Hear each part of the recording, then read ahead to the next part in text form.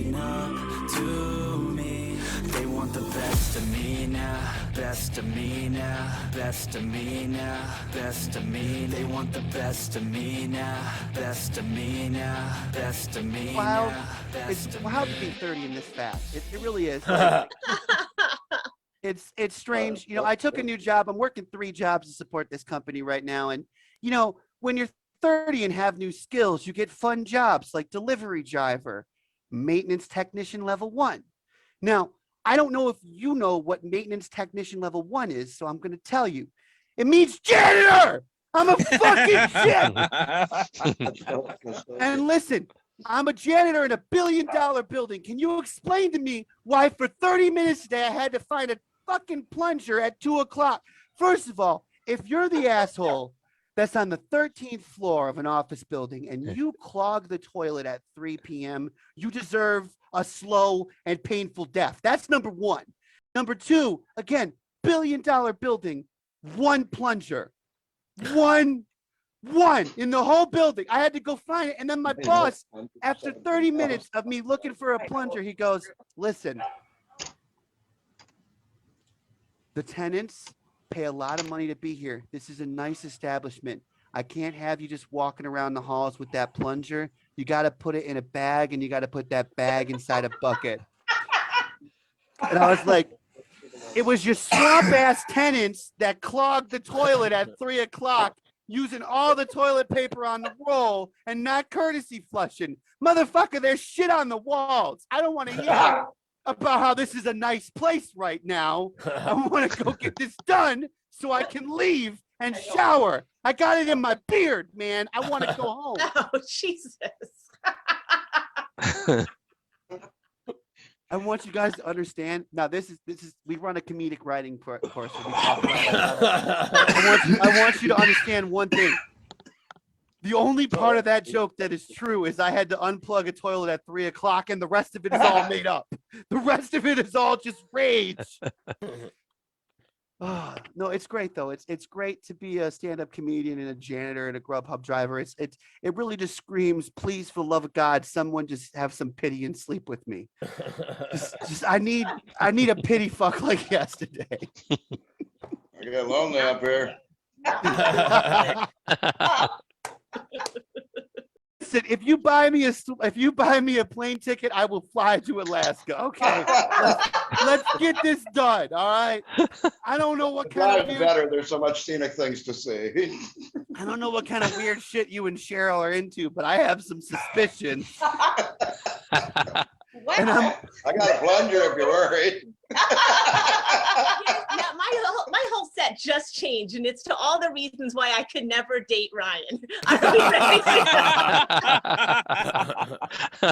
Too much medication. There's shit in his beard. Reason number 1. Number 2, I am a pedestrian safety specialist for the state of New Jersey. So his whole anti-pedestrian rant like makes every hair on my body stand up straight except my pubes. They crumble up. They form like a locking device. They like come together and like block everything. So yeah, hilarious. But no, you're very cute, Ryan, and you're funny. So you know, maybe if we were trapped in a bomb shelter together, probably like week 3 of watching ourselves shit in that one corner, I might cave in and put out a little. But yeah, I'm still crippled. Thank you very much. So and in New Jersey, the number 1 killer is cancer. The number 2 killer is heart disease. And number 3, and this is true because I have to study all these weird death statistics, is unintentional injury. Like, that's literally the 3rd biggest killer in New Jersey is motherfuckers accidentally fucking killing themselves. Oh, like, wow. How is that even possible? Like, what is it, a falling piano epidemic that I haven't heard of? Like, are people just walking into open manholes on their phone? You know, like, how I just unintentional injury. I guess people really are pissing off the mafia that much for just disappearing, you know. Like, how did he die? Oh, it was an unintentional injury. Like, what does that mean? Oh, it could mean anything. It's literally my job to know exactly what it means, but it's funnier if I pretend that I don't know what it means. So anyway, how much time do I got left, Ryan? What am I doing here? Oh, I was supposed to be watching the time. I'm sorry. Yeah, I believe it or not, I quit smoking a little while ago, but Hey, good for you, man. yeah, it didn't take. I mean, Yeah. it seems to be a little late. Honestly, I usually tell people that I'm not sick. I'm not sick. I actually, just so everyone knows, I had tested positive earlier in the week, but I do feel okay. I feel fine. I just wanted to get that out of the way.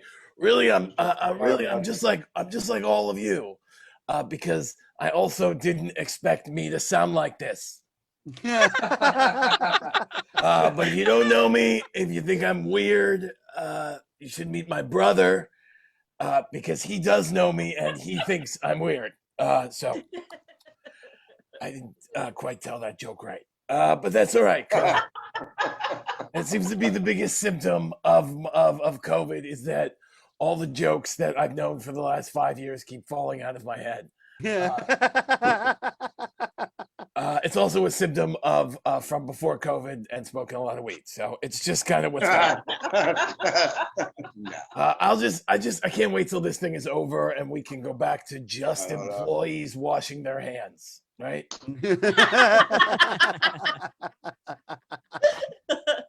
I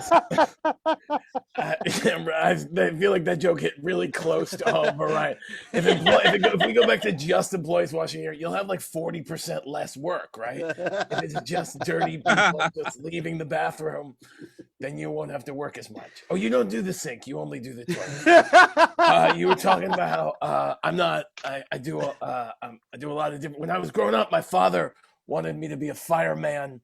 But I did not want to devote my life to a job that could be done by the rain.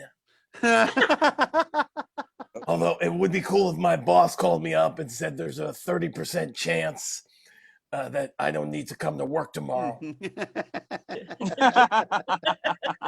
I would like to be a fireman at an aquarium. I just go around to all the tanks and write, in case of fire, break glass. Yeah, right.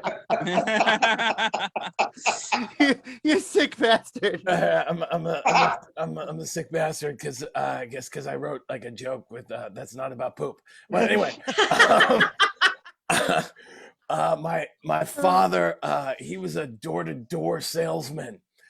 He sold doors. He had this foolproof plan. He'd knock on the door, and if you didn't answer, he'd kick it down. Either way, somebody was buying a new door. And I'm vegetarian because I'm philosophically allergic to meats.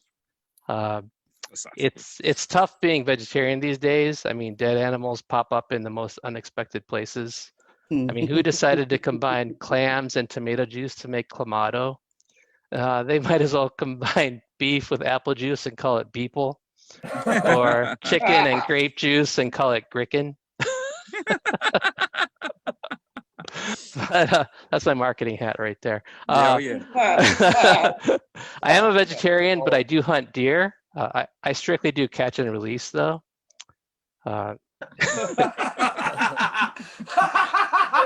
It's not easy untying the lasso without getting kicked, though. It's kind of a challenge. But there's a major crisis for men today that nobody talks about. Women have been moving over to Tinder to find guys for relationships instead of hookups. Yeah. Which means before, non-hot guys could never get any hookups or action, and now non-hot guys don't get relationships. But but I found out that most of the profile pictures are from 4 years and 30 pounds ago, and that's just wrong, because we all know it's what's inside the clothes that counts. And that's why pirated bras are false advertising. So to fight back, I've designed a wallet which has a thick stack of fake $100 bills and a business card that says Atul Patel, Chief Neurosurgeon. I've learned to never date an ugly woman though, because if she rejects you, you feel like crap. If you aim higher and get rejected, at least you feel like you stood where you did before. So that's my new strategy. But I'm not sure why some religious Christian women don't like me. I mean, I'm more the color of Jesus than white guys. I mean, Jesus would not be happy. But my non-Indian friends try to set me up on dates with women just because they're Indian. They're like, "You're Indian, she's Indian, you're perfect for each other." Oh my God. But think about it. That's like a white guy being set up in Africa. You're white, she's white, you're perfect for each other. But I talked to my psychic and found out my aura is on the spectrum. Oh, shit. Oh, wow. Oh my It God. turns out I'm ultraviolet because women act like they can't see me. Oh my. That's my nerdy joke for the evening. Thank you very much. Hoping the scammer like scam me and he's like, all right, well, can I have the security number? I'm like, no. And then I hung up.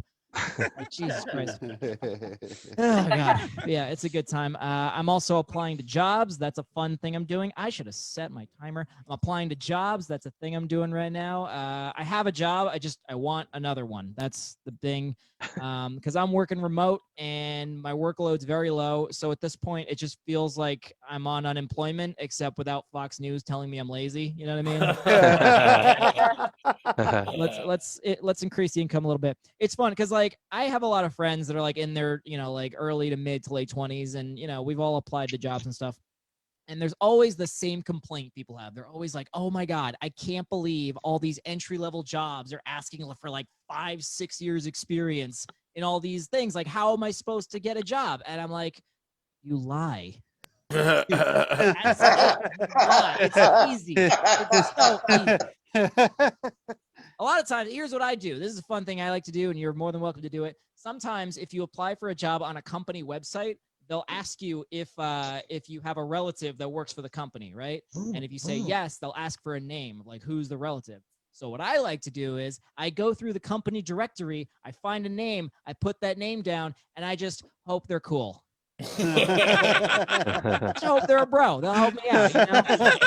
That's the test for me, really. That's what it is. Because if I can't trust my potential coworker to yes and my BS, like I don't want to work there.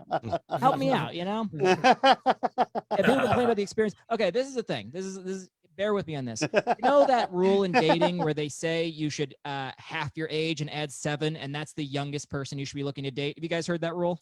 Yes. Yes? Okay. It's a dumb rule, but that's how I determine my work experience.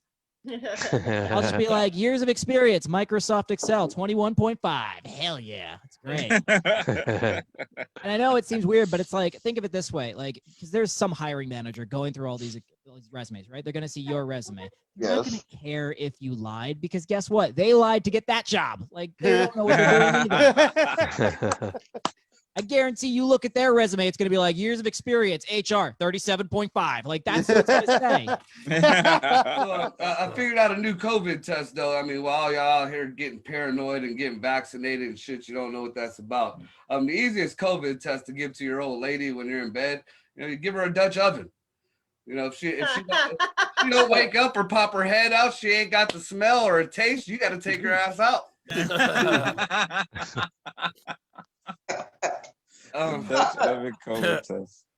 So, but yeah, I mean, I just, I really don't understand a lot of these women now. I'm going through Facebook and all that shit, and I'm seeing all these women want, I want a guy who got a job, or I don't want no fat dude, or I don't want, but let a dude say something about not wanting an older woman with 50 kids and 12 baby daddies, or one that looks pregnant when she ain't. And all hell breaks loose. Oh shit! For gut than butt. All hell break loose though. You can't say that shit. I don't want a gold digging bitch who's always in my welfare check.